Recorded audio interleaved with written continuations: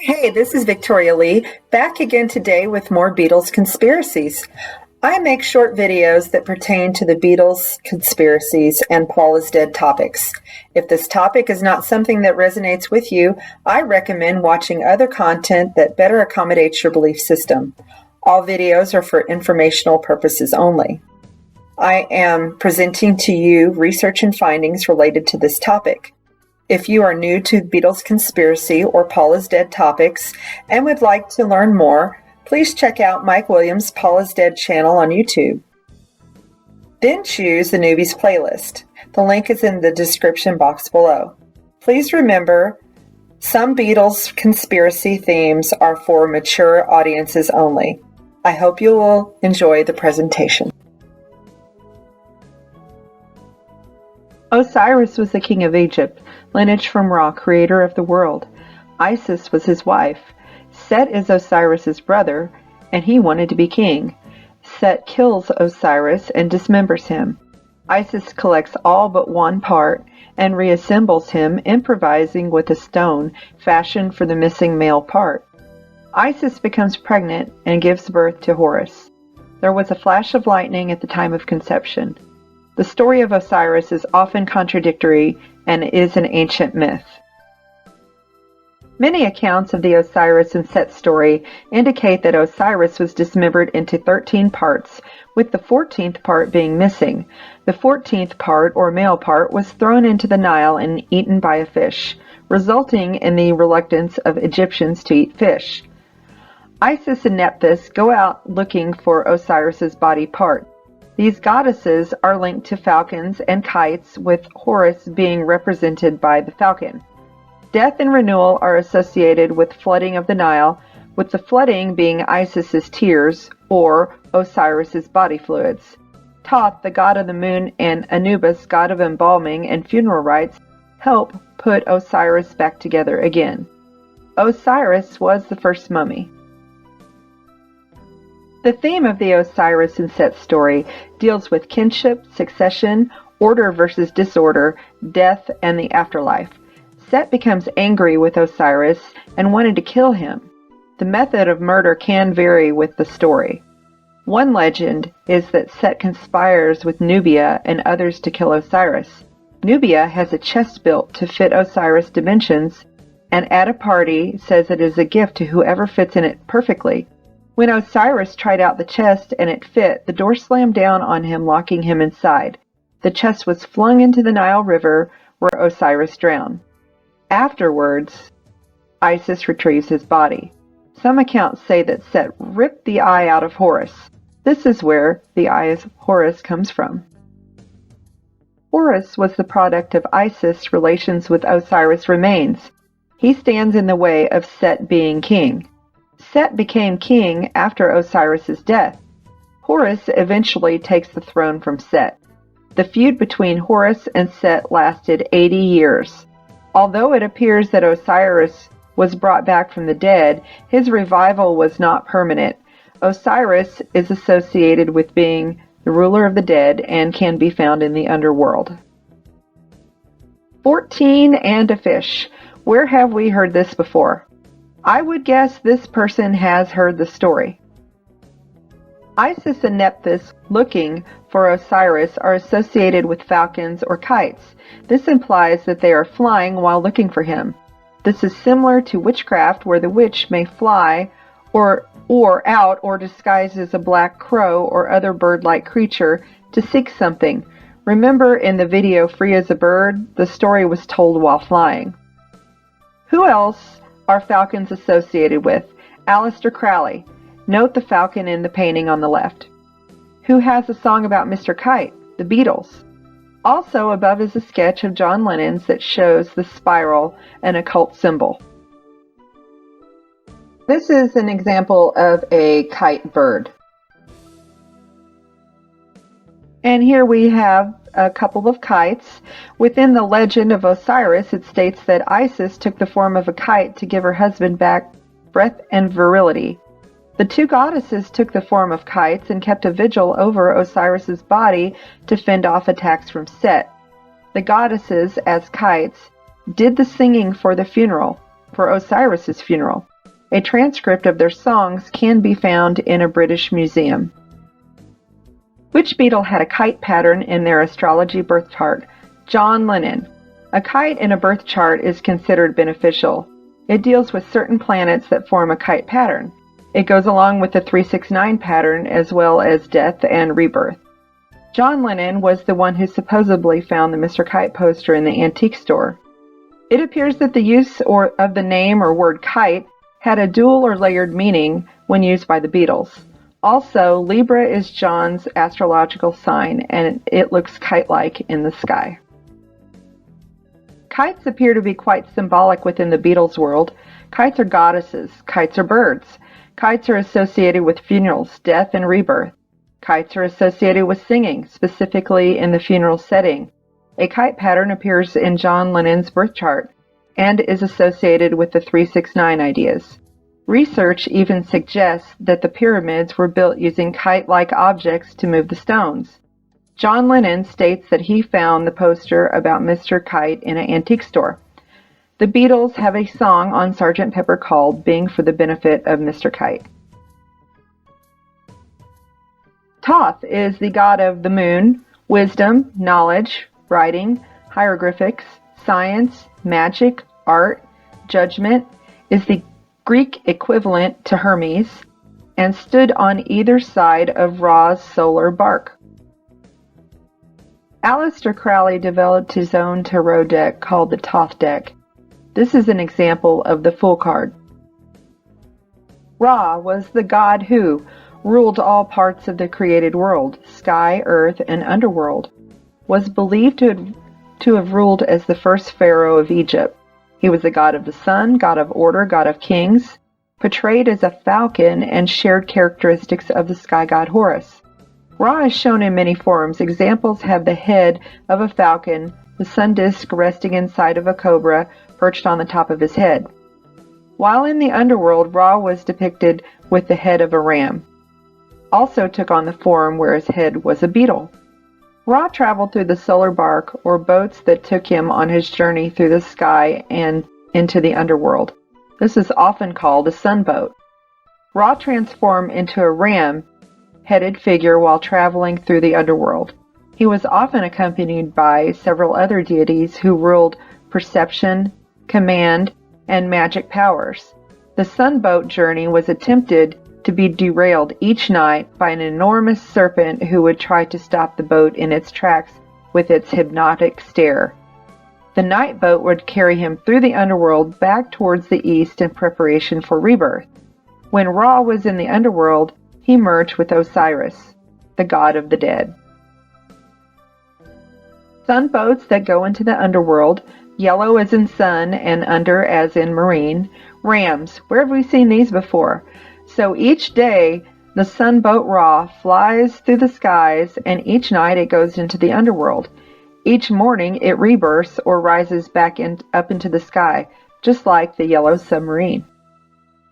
Anubis, god of funeral rites, protector of graves, guide to the underworld, usually depicted with a canine head. Anubis helped embalm Osiris. In the Book of the Dead, a wolf-headed priest is shown in an illustration propping up a mummy. Anubis conspired with Sept to kill Osiris by slamming him in a trunk and sending him down the river. Remember the story about the chest that was thrown into the river? What about mummies? Figures in the wax of their deities were used in funeral rites of ancient Egyptians and deposited among their offerings and graves. A special process removes all moisture from the body, leaving a dried form that would not easily decay. The Egyptians felt it was important to preserve the body as lifelike as possible. The process took 70 days to complete. Special priests worked as embalmers. The first step was to remove the internal parts. The heart was left in place. It was considered the center of intelligence. Other organs were placed in canopic jars. Then the moisture was removed from the body. The wrapping was then applied. One mummy used 100 yards of linen. The tomb was readied for the afterlife with furniture, paintings, food, etc., placed in a coffin and sealed in the tomb. They believed that the mummified body was the home for their soul. Mummification was expensive and mostly for important or influential people. Since we're on the topic of mummies and wax figures, I've always just wanted to bring this small detail out that the 4 wax figures at Madame Tussauds Museum, as seen on top, are slightly different than the 4 below. At least 2 of them are. Paul and Ringo appear to be pretty sad on Sgt. Pepper. Odin was named for the one-eyed god and sometimes appears in disguise. He was a Norse or Scandinavian god, often pictured with his wolves, Jerry and Frinky, also Fenrir, often pictured with ravens, and who would fly about the earth each day and then report back to him. He's known by about 170 names. He gave up his eye to drink from the well of knowledge. His eye sacrifice was a symbol of devolution to knowledge and his willingness to suffer for it. God of wisdom, healing, death, royalty, sorcery, also known for charms and magic. And who is our favorite one-eyed beetle? That would be Billy Shears. I want to just take a moment here and address something that has come up. Several people have asked Sally, and I have had several discussions about this, and she has been asked on several occasions if she thought that Bill had removed his own eye, much like Odin did. And I am going to agree with Sally and say no. This was probably an eye injury from youth, probably very young youth, and possibly his real eye is still underneath it. It's just damaged to the point where it can't see, and they put a prosthetic above it. I do not think or want to encourage anyone else to think that this person removed his own eye. And touching on Pan, he is the god of the wild, shepherds, and flocks, also connected to fields, groves, wooded glens, fertility, and spring. Pan has the hindquarters and legs and horns of a goat. Pan is the child of Hermes. He's often depicted as playing the flute. He inspired Peter Pan. Now, Pan is also associated with sex, and the Peter Pan is no wordplay by accident. Crowley built an altar to Pan in Algeria where they performed a ritual to summon Pan. In Crowley's play, Rite to Eleusis, Pan pulls back the final veil, revealing the child Horus, who represents humanity, eternal and divine elements. Hymn to Pan was recited at Crowley's funeral. And in this picture, we have an actual photo of the rites of Eleusis being performed.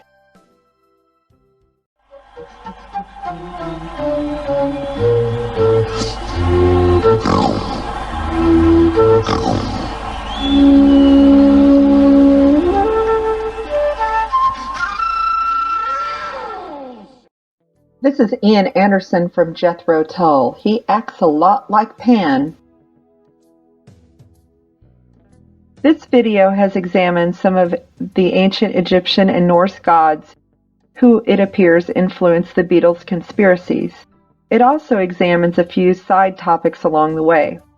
To connect the dots a little bit more, Aleister Crowley produced and starred in a play with his most favorite Scarlet Woman, Layla Waddell. In the closing scenes of the play, Pan pulls back the veil to reveal the child Horus. Pan was a powerful icon in Crowley's world, and at his own direction, Hymn to Pan was recited at his funeral. To those of you who watch my Pepper Time videos, you will be familiar with the fact that I have questioned on several occasions the relationship between Billy Shears and Aleister Crowley, even going so far as to suggest that they may be father and son. So when Crowley pulls back the veil in the play to present to the world baby Horus, who represents humanity and the divine elements, could he really have been telling us that he would love to have a baby Horus? A magical child, a Superman? Remember, Bio Paul represents Osiris, and Horus is the product of the created Osiris and Isis. The death of Paul resulted in the rebirth of Billy Shears. The rites of Eleusis was presented years before Bill was conceived. Was baby Horus really an idea of Crowley, a wish even? Also, if such were true, we must remember that Bill would have no control over who his biological father was. He might not want to come forward with such information, as the public might be condemning of him due to Crowley's reputation. Then, of course, it could simply not be true at all. The references to the ancient gods, whether they be direct or indirect, should not be ignored by researchers. Bill is Osiris, as he was rather constructed to look like they wanted. He was also Odin with one eye. He was Pan, playing the recorder, a flute-like instrument. He is Horse, a gift to humanity. I am sure there are more. In the years I have researched the Beatles, I never understood the Yellow Submarine. The gods topic is difficult and may not be your choice of reading materials, but when you realize that the Yellow Submarine is the raw boat that travels through the sky and into the underworld each night, this should be confirmation just how important the gods are in Beatleland, or is that Pepperland? It isn't an easy pill to swallow, the gods. These are ancient beliefs. This is what they believe in. It is also a method of symbolic communication between themselves to those who believe. I realize this topic may not have been the most interesting when you are hoping to learn more about the Beatles or whatever happened to Bio Paul. This information is, however, vital to understand if you want to continue learning things around the Beatles conspiracies, because the gods appear all the time in their music, photos, movies, and lives. I encourage you to watch this video, rewatch it, share it, and start noting for yourselves how big of an impact the gods play in the lads' lives. I plan on having some more short videos uploaded in the coming months, and I plan on referencing the information found in this video often, so please watch it, learn it, know it, bookmark it, whatever works. By the way, did you realize that this is probably where the name Layla came from? Eric Clapton is a close friend of George Harrison and had an affair with Harrison's wife. Clapton called her Layla. Layla Waddell was Crowley's favorite Scarlet Woman. We all know that that was a really great song from a long time ago, but it appears that at least its name origins are much older. Stay tuned, there's much more to come, and thanks for watching.